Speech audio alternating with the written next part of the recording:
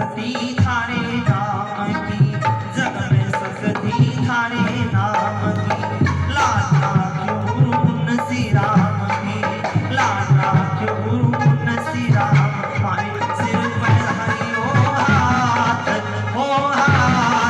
तेरा मरुआ जय पार्वत बल बम बम बम भोलेनाथ हो नाथ, तेरा मरुआ जय पार्वत बल शिव शंकर भोलेनाथ हो नाथ, तेरा डमरुआ जय पार्वत बल, तेरा डमरुआ जय पार्वत बल, तेरा डमरुआ जय पार्वत बल। बोलो शंकर भगवान की जय हो। बोली गौरी शंकर भगवान की जय हो। उमापति महादेव की जय हो। श्री सुखदेव जी महाराज गंगा किनारे बैठे कर्म योगी सम्राट महाराजा परीक्षित को समझाते हुए कहने लगे, राजन आपने महाराजा मनु की 3 कन्याओं का वर्णन सुना। अब 2 पुत्र हैं, उत्तानपाद और प्रियव्रत। उत्तानपाद की 2 पत्नी हैं, एक का नाम है सुनीति और दूसरी का नाम है सुरुचि। वैसे अगर देखा जाए तो हम सभी उत्तानपाद हैं। उत्तानपाद का मतलब है पैर ऊपर और सिर नीचे, लेकिन गर्म में तो इसी तरह की स्थिति होती है। 2 पत्नियां भी सबके पास होती हैं। सुनीति क्या है? सुनीति नाम है बुद्धिमानी का, और सुरुचि है मनमानी। तो 2 बुद्धियां, 2 पत्नियां भी हर जीव के पास होती हैं। एक के पास बुद्धिमानी और एक मनमानी। लेकिन बुद्धिमानी की मानता कौन है? मनमानी की मानते हैं। बुद्धि चाहे कितना भी समझाए, अगर पानी पूरी खानी है तो खानी है।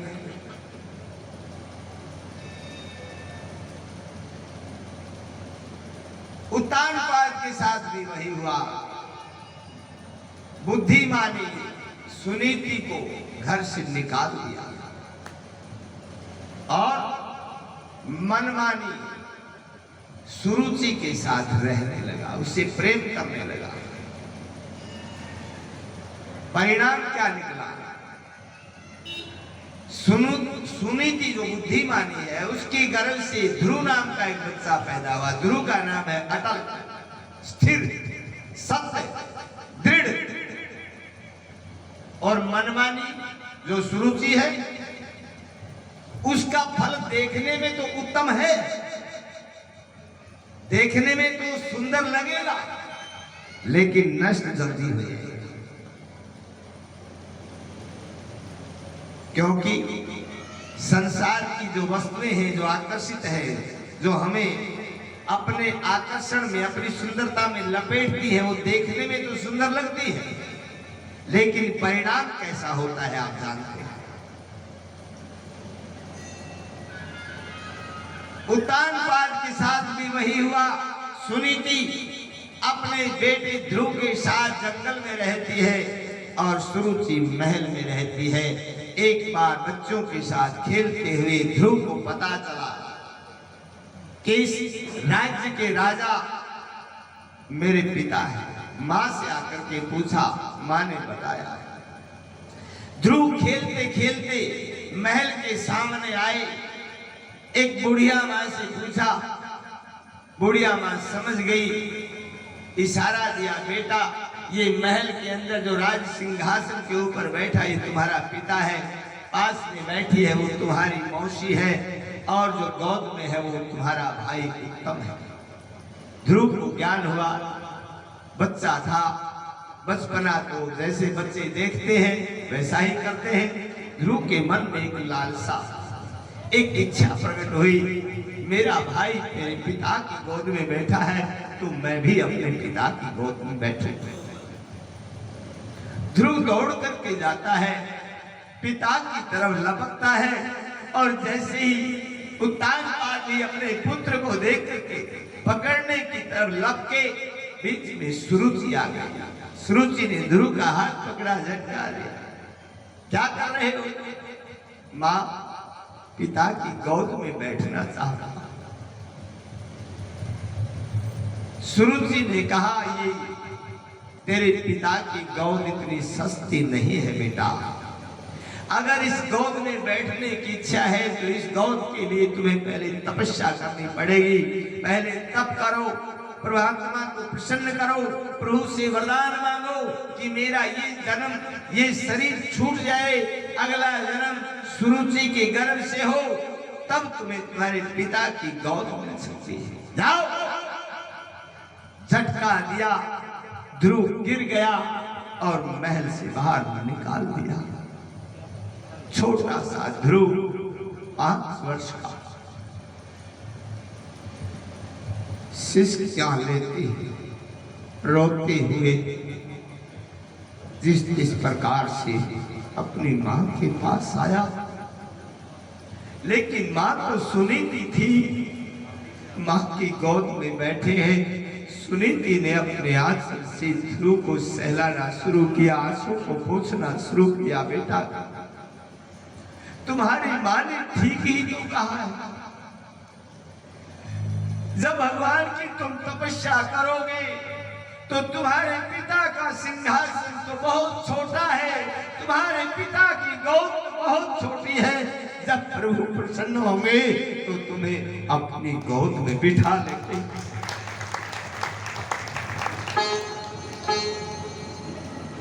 ध्रुव बच्चा था, ध्रुव तो अभी कच्चा था, और कच्चे को जहां मर्जी हम मोड़ सकते हैं, उसकी दिशा को बदल सकते हैं, उसके व्यवहार को, उसके आचरण को हम बदल सकते हैं। सुनीति ने ज्ञान दिया और अपनी बहन सुरुचि का अनुमोदन करते हुए कहा, तेरी माता ने ठीक कहा है बेटा, उस भगवान की तपस्या करने से तुम्हें अमर पद प्राप्त हो सकता है। माँ की बातों पर विश्वास हुआ।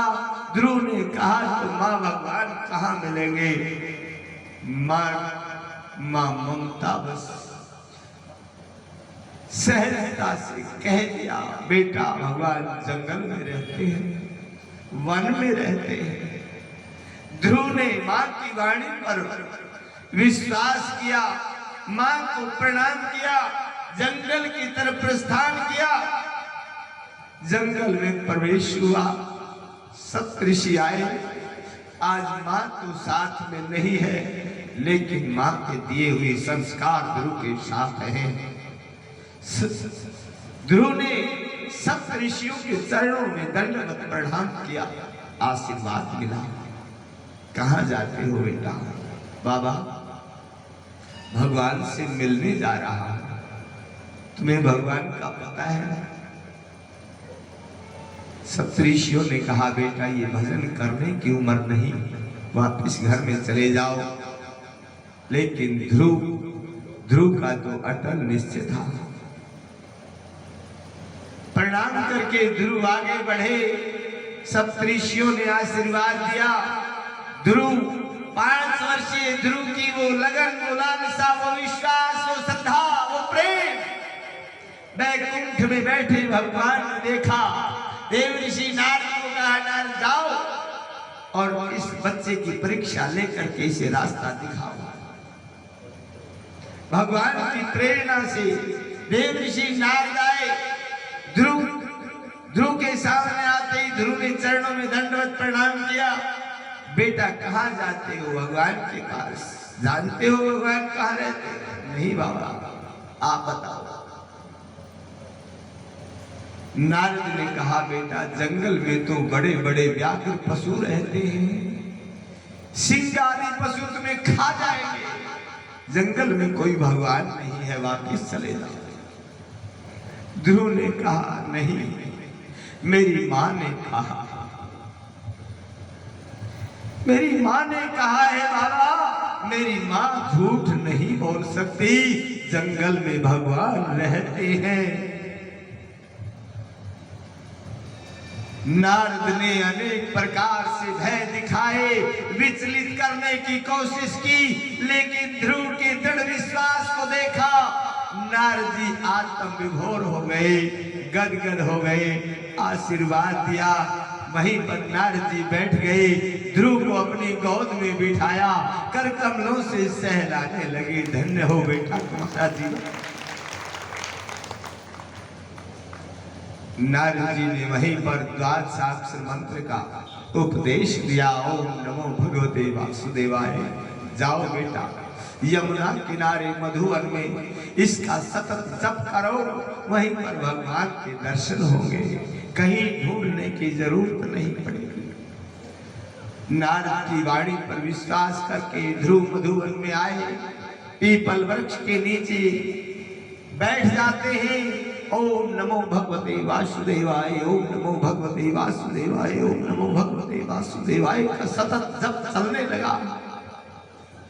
प्रथम महीना फल खा करके निकाला, दूसरा महीना प्रारंभ हुआ, पत्ते खा करके निकाला, तीसरा महीना प्रारंभ हुआ, टूटे हुए पत्ते खा करके निकाला, चौथा महीना प्रारंभ हुआ, सब त्याग दिया, श्वास वायु पी करके जप करने लगा।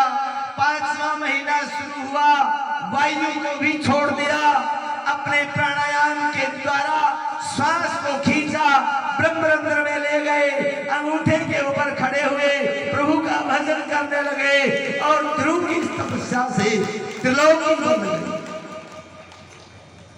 जैसे ही त्रिलोकी स्थिर हो गई, तपस्या के तेज से त्रिलोकी जलने लगी, भयभीत होने लगी। सभी देवता ऋषि संत महात्मा प्रभु के पास गए, पुकारने लगे, प्रभु क्या हो रहा है? भगवान ने कहा, घबराने की कोई जरूरत नहीं। उस ध्रुव के प्रेम को, भाव को, उसकी दशा को देख करके प्रभु लालायित हो गए। वहीं से आने लगे। माँ लक्ष्मी साथ में बैठी है। प्रभु इतने उतावले कैसे हो गए? एक छोटा सा अबोध 5 वर्षीय बच्चा मुझे पुकार रहा। 5 वर्षीय बच्चा? हाँ देवी, तो मैं भी आपके साथ चलूंगी। लक्ष्मी नारायण भगवान गरुड़ के ऊपर आरूढ़ होकर के वहीं ध्रुव के पास आ जाते हैं। ध्रुव की कोमलता को देखा, मां लक्ष्मी के अंदर ममत्व प्रकट हो गया। भगवान ध्रुव को पुकारने लगे, ध्रुव बेटा आंखें खोलो, उठो बेटा आंखें खोलो। लेकिन ध्रुव के हृदय में तो नारद के द्वारा बताई हुई लक्ष्मी नारायण भगवान की तस्वीर विराजमान थी। ध्रुव अंतर्मुख हो चुके थे। भगवान नारायण की तस्वीर को निहारते निहारते भूल गए थे शरीर और संसार को। सतत भजन चल रहा था। भगवान ने देखा, इसके हृदय के अंदर जो मेरी तस्वीर है, जब तक छुपाई नहीं जाएगी ध्रुव आंखें नहीं खोलेगा। भगवान ने अपनी तस्वीर को छुपा लिया। ध्रुव को दर्शन होना बंद हो गए। ध्रुव छटपटाने लगा, बार बार कोशिश करता है, ध्रुव को दर्शन नहीं हुए। ध्रुव की आंखें खुली, बाहर देखा तो वही तस्वीर जो अंदर थी वो आंखों के सामने दिखाई दे रही है। बोली लक्ष्मी नारायण भगवान की जय। जैसे ही दोनों टकटकी लगा करके भक्त और भगवान एक दूसरे को देखने लगे, मूर्तिमान हो गए। ध्रुव बोलना बहुत कुछ चाहते हैं, शिकायतें बहुत थी, लेकिन भगवान के दर्शन करते ही ध्रुव की सभी शिकायतें गायब हो गई। ध्रुव बोलना चाहते हैं लेकिन कुछ बोलने की इच्छा ही नहीं है। सब इच्छाएं समाप्त हो गई, अब कुछ नहीं चाहिए। मानो अपनी दृष्टि से भगवान नारायण की सुंदरता का पान करने लगे। एक एक अंग प्रत्यंग को निहारने लगे, उसकी सुंदरता को छूने लगे। भगवान नारायण ने इस भाव को देखा, अपने शंख का ध्रुव के कपोलों से स्पर्श करवाया। ध्रुव में शक्ति का संचार हुआ और अनेक वेद शास्त्रों पुराणों का ज्ञान फूट फूट करके बाहर निकलने लगा। भगवान की स्तुति करने लगे। अनेक प्रकार से कस्तूरी तिलकम लाट पटले वक्षस्थले कौस्तुभम, भगवान की स्तुतियां निकलने लगी। पास में बैठी मां लक्ष्मी अपने आप को रोक नहीं पाई। आंचल से दूध छलकने लगा। दौड़ करके लपक करके ध्रुव को अपनी गोद में ले अपने आंचल में छुपा लिया। मां लक्ष्मी जैसे ताजा ब्याई हुई गाय अपने बछड़े को लपलपाती हुई चाटती है, चूमती है, मां लक्ष्मी भी ध्रुव को बार बार चूमती है, चाटती है, हृदय से लगाती है। स्त्रों से दूध की धारा प्रवाहित हुई। भगवान ने दशा देखी, ध्रुव को लक्ष्मी से अलग कर दिया, अपनी गोद में बिठा लिया। लक्ष्मी, ये मृत्यु लोक है देवी, इस जाल में मत फंसो, ये मृत्यु लोक है। ये सभी मृत्यु लोकवासी तो इस जाल में बंधे पड़े हैं, तुम भी बन जाओगे। अब भगवान ने ध्रुव को अपनी गोद में लिया। भगवान और भक्त की दृष्टि एक दूसरे को निहारने लगी। भगवान पूछने लगे, बेटा कुछ शिकायत लेकर आए थे, कुछ कहना चाहते हो, बताओ, आज बताओ। जो शिकायत है, जो शिकवा है, जो कहना चाहते हो, आज मैं तुम्हारी हर इच्छा को पूर्ण करूंगा। बेटा बताओ। ध्रुव ने कहा, प्रभु शिकायत तो बहुत लेकर के आया था, लेकिन अब कोई शिकायत नहीं। अब आप मिल गए, मेरी इच्छाओं का नाश हो गया, मेरे मन में कोई इच्छा नहीं है। प्रभु बस इस छवि को मैं सतत निहारता रहूं, बस यही मुझे आशीर्वाद दो। भगवान ने कर कमलों से सहलाते हुए छोटे से ध्रुव को कहा, बेटा ये वरदान तो आपको मिलेगा ही, लेकिन एक वरदान मैं अपनी मर्जी से देता हूँ। जाओ अपने पिता के राज्य में और मैं वरदान देता हूँ, 36,000 वर्ष तक इस भूमंडल के ऊपर अकंटक राज करोगे और 36,000 वर्ष के बाद मृत्यु के शीश के ऊपर पैर रख करके मेरे ध्रुव लोक में सदा सदा के लिए निवास करके चमकते रहोगे। ये भगवान ने वरदान दिया और ये वरदान देकर के भगवान अंतर ध्यान हो गए। बोलिए भक्तवत्सल भगवान की। ध्रुव वापिस आए। ध्रुव का बहुत भव्य स्वागत।